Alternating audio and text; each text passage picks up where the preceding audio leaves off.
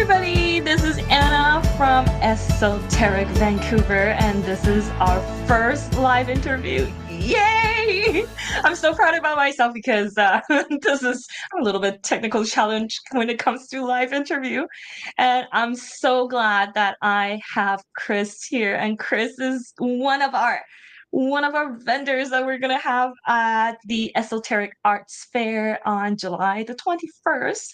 And I'm just going to introduce Krys a little bit so you kind of get to know her. So, Krys is an empowerment coach, speaker, and best-selling author. In 2003, Krys was living what many people would call a good life. And then she just secretly told me that, at that time, her life meant nothing to her. She was unhappy and she was unfulfilled. So it took her several years of searching to discover the secret to creating the life she longed for and to create a life that is interesting, purpose driven, and fun. So, as an empowerment coach, Krys' mission is to share what she has learned with successful women, professionals, and entrepreneurs who are tired of feeling stuck in life and uncertain as they look to the future. And you know what? These are the people who are ready to take action now to create the life that they love. So, Krys, welcome. Welcome to the stage. I'm thrilled to be here, Anna. Thank you. I love your energy and thank you for that introduction. Oh my God, this is such a pleasure to have you in the interview with me because I guess many of the audience didn't know that I took a public speaking program, and the public speaking program is in the US and it costs 30K USD, and Krys is one of the coaches in that program. So imagine this is like a big deal for me to like interview my coach, and she offered me a ride to one of our events in Las Vegas, and she drove all the way. So I'm like super grateful to you, Krys. Okay, so you know what? I know that I've heard your why story so many times. And of course, during the trip that we're road tripping down there in 20 hours in 2 days, I've heard it several times. However, just tell the story again. And because I'm sure our audience would love to hear that. The story, first of all, the road tripping was a lot of fun. You survived it. I'm glad. Nothing went wrong. It was actually very enjoyable. As far as my story is really simple. I spent 30 years in the criminal justice system in various positions. In the last 20 years, I was a police officer. And well into my career, I was involved in a critical incident that left me with significant physical and emotional injuries. And it was a very dark time in my life. I was off work for 15 months. I also say that that is a gift that was given to me because that was a near-death experience. And in that moment, I saw my life for what it was. And I had all the trappings of success. I had a good job, well-paying job, no debt. I traveled. And the fact is that it meant nothing. There was no value. I saw no value to what I was doing. I had no sense of fulfillment. I realized I had to own the fact that I had lost. I had forgotten who Krys was and what was important to Krys. I was burnt out, and quite frankly, I just didn't care anymore. I didn't care about anybody else. I didn't care about me, and I felt really stuck. And it was hard to articulate that because anybody looking at me would say I had a great life, right? According to society, I was successful. And unfortunately, for my heart, it meant nothing. And it propelled me on to a journey. I was type A personality. Asking for help was a sign of weakness. I had to do it by myself. And I started off by just bringing adventure back into my life. I had all these dreams that I had put up on a shelf to collect dust. And I thought, no, now's the time to have fun. So I took them off the shelf one at a time. I hiked Mount Kilimanjaro in Tanzania. I trekked across the Himalayas. I dove with, sharks in the Pacific Ocean. I saw the gorillas in Rwanda. I was doing all these adventures. And what became so clear to me was when I was on these adventures, I became somebody that I really liked. I was outgoing. I was engaged in life. I saw life in nothing but possibilities. And every time my journey home would start, it was that sinking stuckness would start taking over, and I would get home and I would be that stuck, unfulfilled person again. And it became clear to me that the question was really not how to bring adventure into my life, but how to transition from someone who was stuck and unhappy and who occasionally experienced a version of myself that I liked, to being that person in everyday life. I couldn't keep traveling the world and having fun. That was not sustainable. That didn't make sense. But how could I be that person who was clearly a part of me? How could I shine light on that person in everyday life? And that started my journey of self-discovery.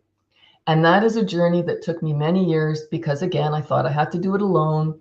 I took a lot of detours, made a lot of mistakes. But at the end of the day, I found the formula.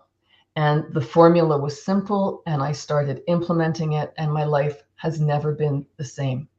I have a life now that I enjoy. I have time for myself to do the things that really light me up, which is being out in nature on some mountain trail. I have a small network of friends where I'm honestly connected and everybody is accepted for what they bring to the table, warts and all, no judgment, you know. And I do work that I love because in my work, I give the gift that the universe gave to me in a very roundabout way. I pass that give on, I pass it on forward to other women who feel stuck. And you don't have to wait until life throws you a curveball and your back's against the wall. You get to do it on your own time. And that's what I help facilitate. Oh wow, there's just so many good nuggets in there, and I when you mentioned that you're a type A personality, and I kind of couldn't hold back my smile because or laugh because Yeah. when I was on that trip, I get to witness all that. I get to witness the discipline, the type A. It's just like, nope, this is what we're gonna do, and can you do this for me? Can you do that? And it was great because like you have such a leadership and ownership of who you are and then the direction. And I just really appreciate that. And then usually I'm the one who's like type A, like if I send you an email, like people don't know, if I send my vendor an email, it's like a list of endless email. I have to really control myself. And being on the trip with another person who just lead just as great, it was just so comforting because I know that I was like, "Ah, everything's gonna be taken care of." I have to give myself like a lot of pep talk because like, no, no, no, Anna, just let Krys plans everything. And then so all of my friends was asking me like, how was the trip gonna go? I was like, I am not sure. I'm a little bit panicking, but I'm sure like Krys is gonna take care of me. Well, you And did it and well. I You think did it well. yeah. And then I think that was the thing that I heard from your story is that you didn't like through your jobs you're building up all these leadership qualities and you were doing what's important and during the event when you realized that you were not entirely like happy and fulfilled, you ended up taking all those skills and then help yourself sort of navigate that and then really hone into life, hone into who Krys really is underneath that, and then learn to rebuild yourself into this thing that's it's not just me, but who I want to be. And I think that's such an amazing thing to do. And I believe that we all have the strength and wisdom to lead the life that we want for ourselves. And we have no idea the depth of that strength and wisdom. I believe it's in every one of us. We're so used to following the expectations of society. I mean, we start following or adhering to expectations from the moment we're born. We start getting the messages. This is how the world works. This is what we expect of you. And this is how you have to be. And this is what you have to do in order to be safe, accepted, fed, and all that. It's not that those people are bad. Those people are like my parents. When I think of my parents now, my parents weren't evil people. My parents were the product of a circumstance. They had a certain worldview, and that is all they could teach me. And it wasn't a worldview that allowed me to be the best person I wanted to be. You know, it didn't, it was all, what does it look like to society? What do the Joneses think? What is how do you define success? And even to this day, our society measures success through material wealth. And Yes. so many women drive themselves. And yes, we've come a long way, baby, but it's still a man's world, in my opinion. And I still think women who are successful have to give 150% to be taken seriously and to achieve the same material success. And it's at the cost of self. We are, from schooling onwards, is what are you good at? Mm-hmm. Maximize what you're good at, get a job based on what you're good at. Just because I'm good at something doesn't mean that that's where my heart lies. Mm-hmm. And what I missed in law enforcement, my mandate was to stand between people and people who would want to hurt others. I was the last line. I was the line of defense. Hold you down, rein you in. But my purpose in life, which I now know, is to make people feel seen, heard, and valued, that they matter and that their life matters. And Mm-hmm. that is not aligned with Mm-hmm. holding people accountable for their actions. I don't want to bring people in. That's not my jam. My jam is Mm-hmm. to help you look into yourself and tap into that wisdom and that strength that you have, Mm-hmm. and allow you to create the life that, as a coach, I'm not an expert on you. You are Mm-hmm. always the expert on you. My job is to help you see that in yourself and to bring Mm-hmm. it forth and to create a life that honors that. That's And my so, job.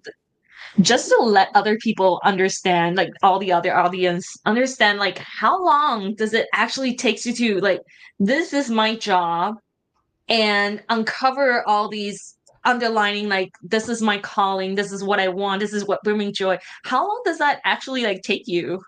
Well, took me 10 years. It was 10 years before my incident that started me on this journey. And the day I sat at my desk one day and said, I'm done. And I walked out. That was the end of my story. Now, and I want to make it clear, I am not a proponent of blowing up your life. I'm not a proponent of that. If you're unhappy at Yeah. work, I am not a proponent of just walk away, just do it. That is not fair, and that's not realistic in these economic times. Mhm. So my experience was, it was 10 years to figure out, this is my situation, this is who I am, and this is why my position is causing me so much internal turmoil. And before I was in a position where it was okay, it made sense for me to move on. Yeah. Okay. But I took so many wrong turns because I wasn't asking for help. Hmm. I was reading the books, I was doing the workshops, I was taking the courses. And I don't know how many of your listeners have read the books, taken the courses, and done the workshops, have been given permission to dream big. And at the end of it, there was no follow through. There's Mhm. no implementation. Mhm. And it was when I started saying, okay, these are the nuggets that I'm gaining. They all come together, and it's my responsibility to put this into practice, and finding a way of doing that and coming up with a formula that worked. And the formula Mhm. is simple. It's self-mastery. Know yourself so well that you can control your thoughts, your emotions, and your behaviors, no matter what's going on around you. And that's the hardest part, is to uncover all the truths about you that have been covered over by conditioning from your family of origin, society, your peers. all these stories that we have playing in our heads subconsciously and that are dictating how we react to situations in life. And the school of thought is psychology will tell you that those stories are embedded in your subconscious by and large by the time you're 5 years old. Some people say it's even earlier. Unless you take the time to shine light on the stories that are driving your life and driving your decision making, you're allowing the worldview of a toddler to drive your life. Oh, I totally agree. I totally agree. Sorry that I have to interrupt because I was like, if I don't like stop Krys right now, my thought train is gonna leave so fast, and I have And to once like I start, I still can't take stop. your Yeah. airplane to catch it, you know? Um, because then like I will say that that's similar to when people first start their spiritual journey, okay, and it's exactly how you describe it. It's like we know something is not going well, we can feel it, and we try to put our fingers to like a point, and we just can't find exactly where it is, right? and and that part, that's the prompt where to the books, to the workshops, and to gather all this information. And a lot of people stop there Mhm. because they're like, well, okay, I just can't figure this out. I've tried so many books, I've tried, they say they've tried everything, and then yet they didn't try to find help. They tried everything and then they just stop there, right? And I exactly how you say it, and because then a lot of the people would come to my workshop with the Let's Secure Wellness, and a lot of people would go to the workshop, and they don't continue on with that progress they make during the workshop. And so I'm so glad that you're mentioning it, because it is really your first step, your first gate to spirituality, to finding yourself, to know who you are, because that's such an important step in living a happy life, living a fulfilled life even. And so I want to take this opportunity to just, you know, tell us a little bit about, like, so now you have this formula, Mhm. and now you have this business that you have decided that this is how I'm gonna help people. So Mhm. who are the people that you are attracting to, that you really want to help? The women that I work primarily with women. And the Mhm. women that I want to work with are women who go to work every day, either as entrepreneurs or professionals. They're the ones that they have the car, they have they have all the trappings of the measure of success, the way society says. People look at them and say, man, I wish I had your life. But when they look in the mirror, their heart sinks because they're not happy. They know there is something more to life. They know there has to be a better way to do life, and they don't know how. They're like on a hamster wheel. They're running hard, they're working hard, and they're not happy. Their heart Mhm. is not singing. There's stress. I've learned that stress is optional. I do not have stress. I have problems. Things arise, but I have the skills to Mhm. neutralize the emotion and start problem solving. These are women who are ready to take action. They want more. They're willing to do the work. They simply need someone to help them. And what is this help that I keep talking about? Yes, I can share skills. Absolutely. I have a toolbox and I'm happy to share. But I think most important is for me to challenge Mhm. thinking patterns that are nothing more than habit based on somebody else's opinion. So, for Mhm. example, in my family valued higher education. I mean, Mhm. PhDs, MDs, man, you're made, Yeah. you're made. And I couldn't thrive in school, and I didn't know until much later in life that I have a I don't know if you want to call it a disability or what have you, it's very hard for me to assimilate written information. But I Mm-hmm. didn't know that, and I was labeled as lazy. So I Mm-hmm. went through life thinking I'm just lazy, and if I just try harder, it would work for me. And I never found the thing that gave me joy. Joy, we are entitled. I believe we have a right to feel alive and engaged in everything we do. And unfortunately, our schooling system teaches us to conform. From the word conform, and then we're pressured into pursuing professions that we're good at. And I've said it Mm-hmm. before, just because you're good at something, it doesn't mean Mm-hmm. that's what makes your heart to. So, for example, I can tell you the story of a young woman who came, similar family to me, higher education, PhDs, MDs.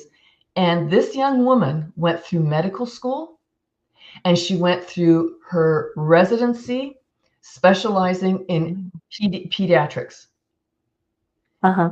She's gone through years of medical training and goes into work and goes, I can't stand this. I'm not enjoying this. I don't like dealing with pain. And it turns out that she started dabbling in art. And it turns out she's an incredible artist. She left medicine, Yeah. now earning her living as an artist. Oh, this Okay. is this is like one of the 180 kind of complete Absolutely. change. Absolutely. Absolutely. I was walking around in a uniform with all the tools of the trade of law enforcement. And I wanted to see people, I wanted to help people. My mandate was, I've lived through a police strike. I know that police, I don't have a problem with police. I want to make that clear. I'm not in any way, shape, or form saying that I'm anti-police. Good police officers have a mindset that I didn't have.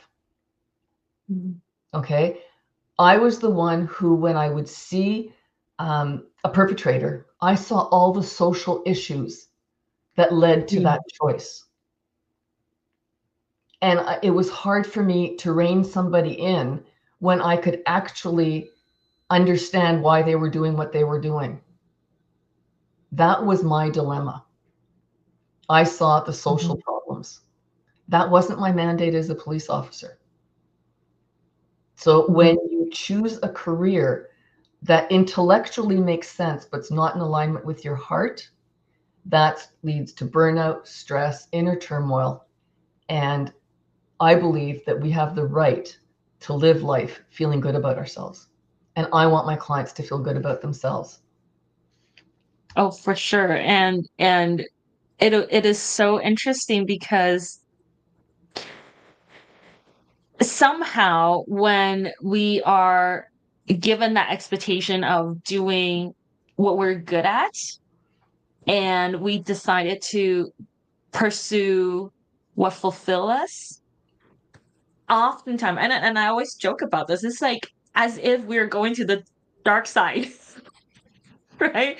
It's like Darth Vader, we're going to the dark side, and yet I think the society refer it to as the dark side is because they perceive it as it's not generating money. It's Well, not it making can, it can, but contribution not, yeah, to the yeah. society It's not somehow. traditional. It's not traditional. It's not traditional. Hmm. And you know what the other thing is? When you do work that is fulfilling and you love doing it, it's not hard. It's Hmm. easy. And one of the hardest things for me to actually wrap my head around was that if it's fun, it's okay. It's work is supposed to be this thing that we go to and we devote our time to, and rah rah team. And a lot of work conditions are stressful. people sacrifice in many cases to be successful. There's a lot of sacrifice that goes on, especially for women. You can't have me time. Do I have a family or do I have a career? I have to make a choice. When you do something you love, everything else falls into place. And the flip side of that, because I said I'm not a proponent of blowing up your life and leaving your career. I truly believe that if I knew 30 years ago what I know today about me, I could have lived my purpose in other areas of my life that would have taken the pressure off my work. I would have shown up. I could have shown up in a way that honored my values and still done the work. I do believe that. I don't think it's either or. And for some women, the career is where they don't want to walk away, but they want to make life work. Well, if you start tweaking other parts of your life, like your R&R, bringing fun into other aspects of your life, honoring your values more in other areas of your life, then it takes the pressure off here. Life isn't perfect. Life will never be perfect. It's a question of give and take. So you're looking at overall, are you enjoying your life? Even though maybe your work is not the best circumstance for you. But it's an overall measure.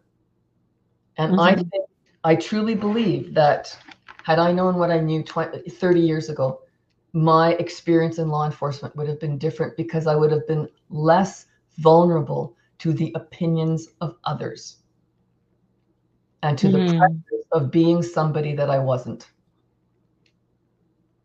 I hear you, because the opinion of others is a huge driven factor in today's society. I think it's even more than maybe 20 years ago. Like 20 years ago, sure, you messed up.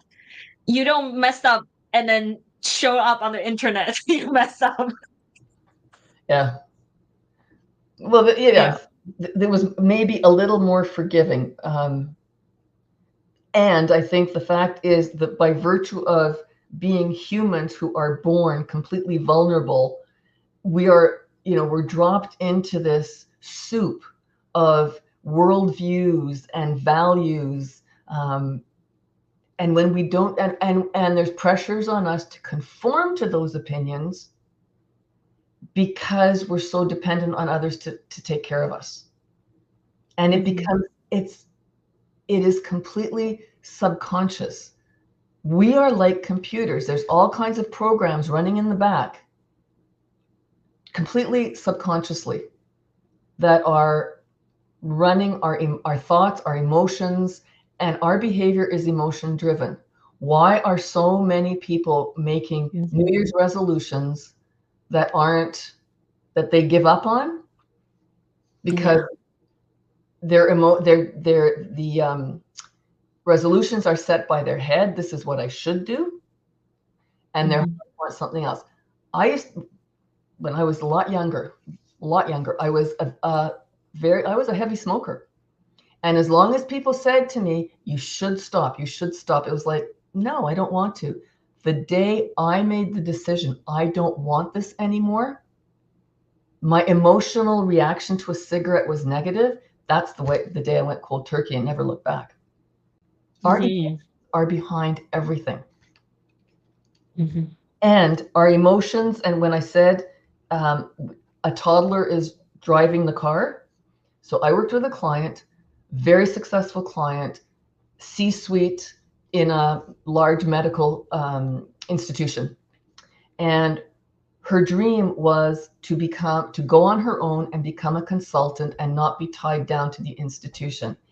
Every time she would start dreaming about going off on her own, she heard her alcoholic mother in a drunken state yelling at her as a little kid, "You're ugly, stupid, and you'll never amount to anything." And that voice is the voice that kept her locked in a job that she wanted so badly to get out of and spread her own wings.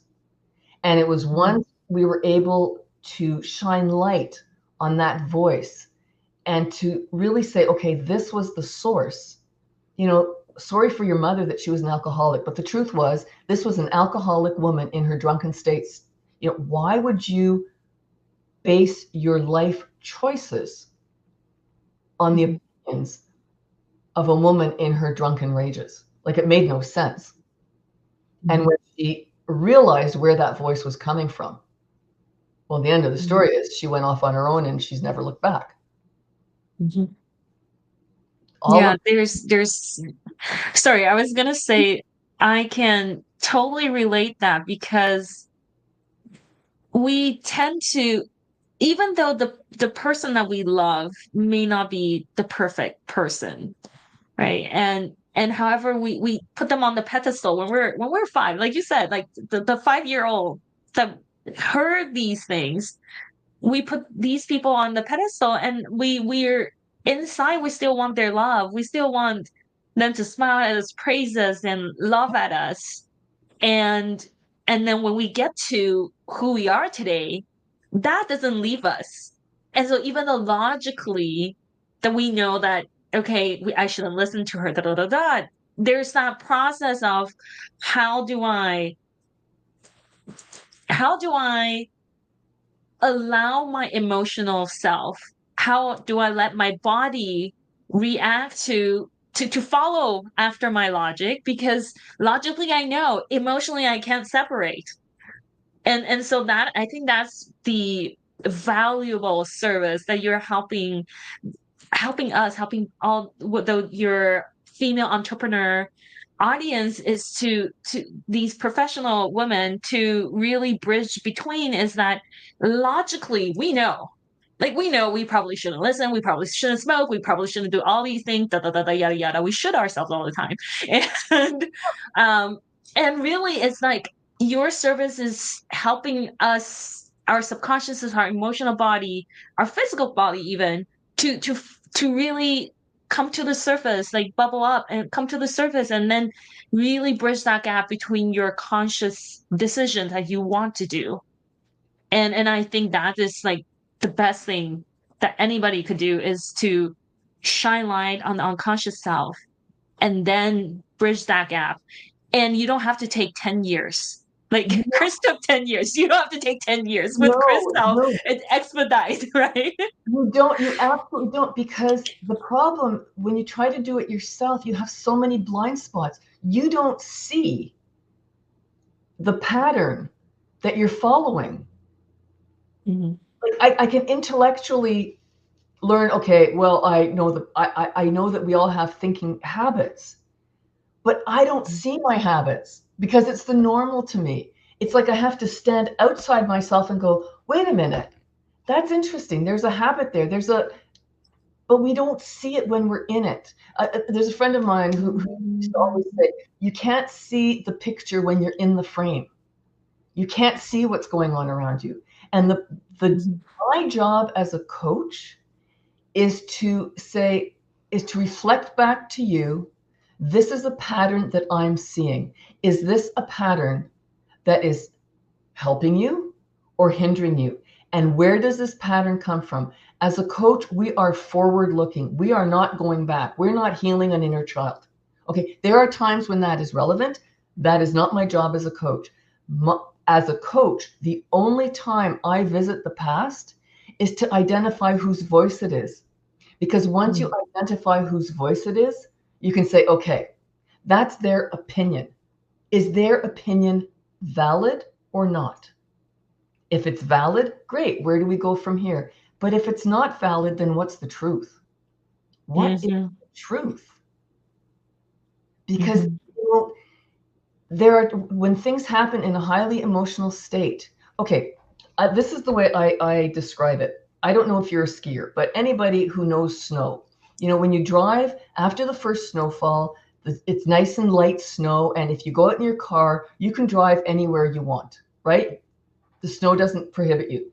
The person behind you says, oh, that car was able to get through. I'm going to follow in their tracks.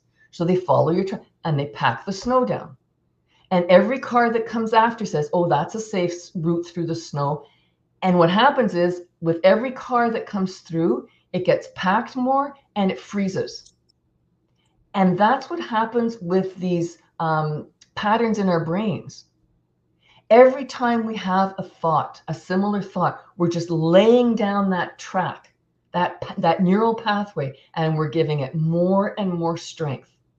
So what I do as a coach is I shine light on that neural pathway, and I keep supporting and reminding my client, you're going down that pathway again. It's not the pathway that you want. What is the path you want?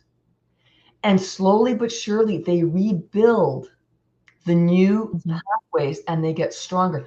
I don't believe you ever extinguish those voices from the past. I think what happens is you get better and better at hearing them and better at telling them to, with all due respect to your listeners, shut up. Right? I don't want that. This is not my choice. Yeah. Right now, I keep one of the skills I teach my clients is it's a little monkey on your shoulder, whispering. Just open a drawer, put the monkey in the drawer, and just say, I'm not forgetting about you. I will come back to you. But for now, I'm closing the door. I don't want to hear you. Because that monkey will come back. I don't think we ever extinguish it. No, and I love the snow, driving in the snow example, because it's kind of like, and then this is like a true life skill that you have. And then I know that Vancouver, we don't have a lot of snow. I get that. I used to live in Edmonton, so I feel like I can say something about this. It's kind of like, after several driving, you're like, okay, now I'm skidding on the road. Like, I'm down on this path. I can feel like my wheels are, hitting ice. And I don't want this to happen. What do? I veer it off, and then I go onto a fresh patch of snow, and then to just avoid several things, right? And I think that the path is still there. Like when I feel safe enough, I may occasionally go because maybe there's a tree. I don't want to drive into the tree, right? And so I think that's such a perfect analogy, because there is going to be a moment where not all the things in life that we have received from the person that we're having problems with, they're gonna have moments in their life they add positively into our life. We don't just like forget about this person or forget every single word that they say. There's gonna be moments where we reconnect with that person in our hearts. And knowing when the tracks start getting slippery is a very useful skill, because in those moments where we're like catching ourselves to say to go into that unwanted repeating pattern, we sort of catch ourselves and say, oh, the road is kind of slippery again. Now I'm gonna start finding new path. Yeah. And so you learn how to identify the patterns and just be great at driving. And I think that's a skill Vancouver people should have. They should, yeah. Vancouver people do not know how to drive in snow. And it's, you know what the trick is about driving for conditions is you take in the conditions and you go, this is what I can do to navigate. There was a time where I had a short fuse. I would stress and worry. Well, I'm in the middle of renovations right now, and something significant was uncovered a week ago. The electrician came in and discovered that the previous owner, I've been here for 10 years, the previous owner had jerry-rigged the electrical panel. And to a point where he was saying, now that I know it's here, I cannot walk away. There are certain things that have to be done. This panel has to be fixed. And there was an issue getting keys. You know what? 10 years ago, I would have had sleepless nights. My heart rate would have been up. I would have been angry, like seething at the previous owner. I would have been railing at the universe. Why are you doing this to me? And this time it was, okay, there's a problem. It's an irritation. There will be a moment where this problem will be solved. I just have to follow the solution. I have to find the solution. But I don't get that emotional ignition. I don't. Because I know that I have skills where I see, oh, I'm going down that rabbit hole, and it's not a rabbit hole I want to go down. And what I've learned is everything in life is a choice. And there's the saying, pain is optional. Pain can be, it's not pain, it's suffering is optional. It is always a choice. And I figure if Viktor Frankl could find purpose and meaning while a prisoner in Auschwitz and survive Auschwitz because of that, then I think it behooves us to find the purpose in our life and the meaning of our life and to live accordingly and make the most of the life that we have. There are people who live in horrible conditions. I understand that. I'm not Pollyanna. I do believe that regardless of what's going on around you, if you hang on to who you are, what's important to you, I believe you can find peace, even though around you is insanity. I'm not saying that life is beautiful. Like I said before, I don't believe in unicorns and rainbows. I do believe that you can be true to yourself and have an experience inner peace regardless of what's going on around you. And I think more and more I understand the Dalai Lama. I understand the Dalai Lama's ability to just find peace. Mm-hmm. And I can definitely attest to that, because there were moments when so yesterday I was looking at today's schedule, and then I was like, oh, Krys actually have the interview with me, and I have to remember that. And in my mind, because I saw the cop Krys before, so in my mind there was like a flash moment. I was like, isn't Krys doing her reno right now? Like, is Krys sure to do an interview right now? There's like moments of like, sure, and then I was like, yep, I because you mastered that. Yeah. Well, and that's, there's nobody's here now. They've left for the day. But during the day, I'm on Zoom and I'm hearing all this noise and I'm thinking, oh my goodness, how can I be on Zoom? But everybody's telling me, no, we don't hear anything. So it's okay. Well, if you don't hear anything, what's the big deal? I'm in chaos here, but hey, it's okay. Ultimately, it's feeling that you are enough. We are enough. We are born enough. And it's to tap into that sense that I don't have to always prove myself. I am enough. And sometimes people will not see that, and I will have to have the skills. When it's important enough for me, I need to have the skills to play the game, right? To hang in there and show up as an equal.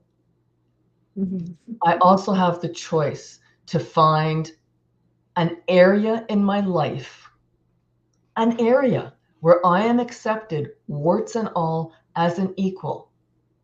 Because that part of my life will give me the support and the wisdom and the courage to face whatever chaos is going on here.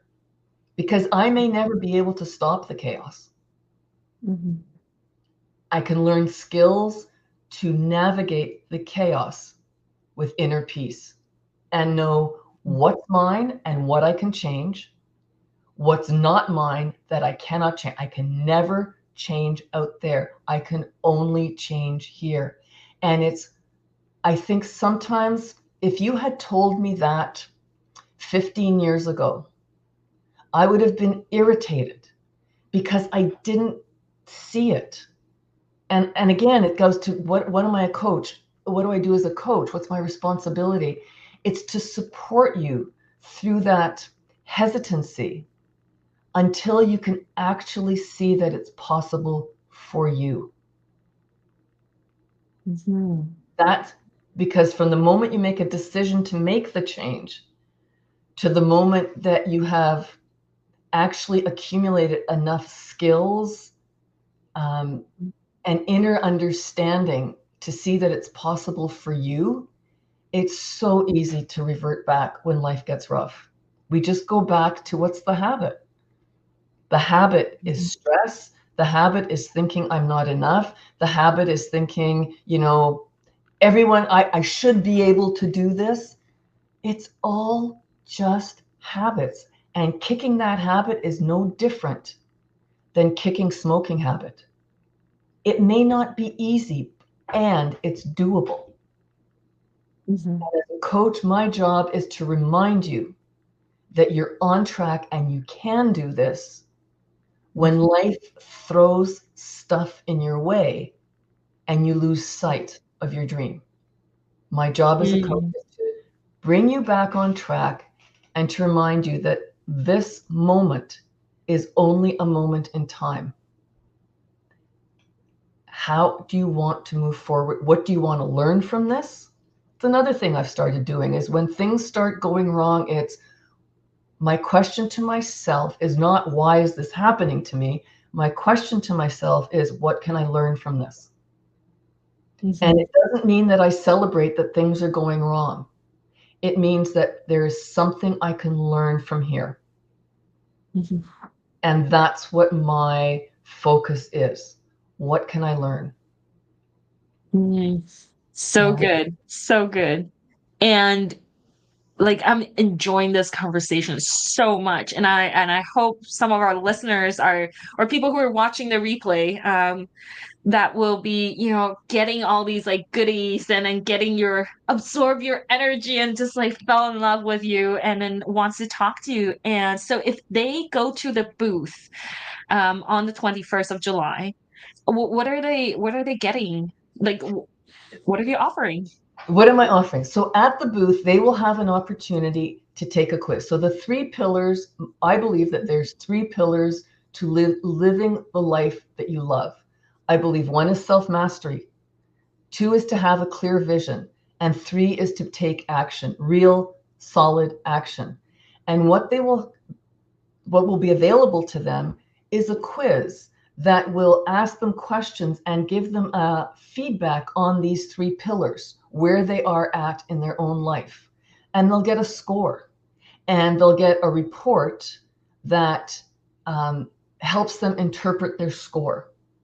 And if they do that, if they take the quiz, they will then be invited to a master class that will be held, I think it's 10 days on August the 3rd. Anyway, it will be a master class where it'll be a 4-hour master class, a deep dive into the four pillars. So three pillars. That's three, not four. And I just want to like reiterate like to people and then just to explain things a little bit just because like I literally like was like going after Krys. It's like literally. And I was like, like I would love the quiz, but can you give us a little bit more? Like, can we give our audience like who's gonna be there and then take action? Like, can you give us a little bit more instead of just a quiz? And then she's like, well, maybe I could. So then like she hasn't advertised it. This is not like, oh, I have been preparing for a master class and then I'm just gonna happen to give this gift. No, no, no, no. She literally just like, okay, fine. For your audience, we're gonna do this. And so like this is her gift to people who are going to be at the fair. You're gonna get a ticket to go to Krys masterclass. And I realized that I don't know if the Instagram actually caught all of the live feed. I have the video. So I know that I'm gonna repost. Just so you know, Krys and I we go through this speaker training program that's 30K USD per year. Okay, per year. And this is our second year. So if you think that you're not gonna get value out of Krys masterclass, you are so wrong. Like so wrong. The people who are going to that program that Krys is a part of, like as a coach, she actually helped people writing scripts. She was hired by the company. Like, oof. I was like, you have no idea what you're getting in that masterclass, and it's gonna be a blast. So make sure you go to our fair and then come visit Krys, get your quiz done, because then this is gonna change your life like you never expected. So having to say all that, I know that people must be like wondering about like I love Krys, I love what she's talking about, and I just want to hear more from her. So I have a link that I will post somehow when on the how do I say this? train come back to me on the social media description. It's Krys' Facebook account. And then so what you can do is you can go to her profile, and then if you want to talk to her, just hit that messaging button and you'll be able to connect with her through Facebook Messenger. And then you can just have that conversation, that private conversation you want with Krys. And I encourage everyone to just come talk to Krys. Even when you think that there's nothing to talk about, you're gonna be you're gonna get so much benefit by just having Krys as a friend. And so come talk to Krys.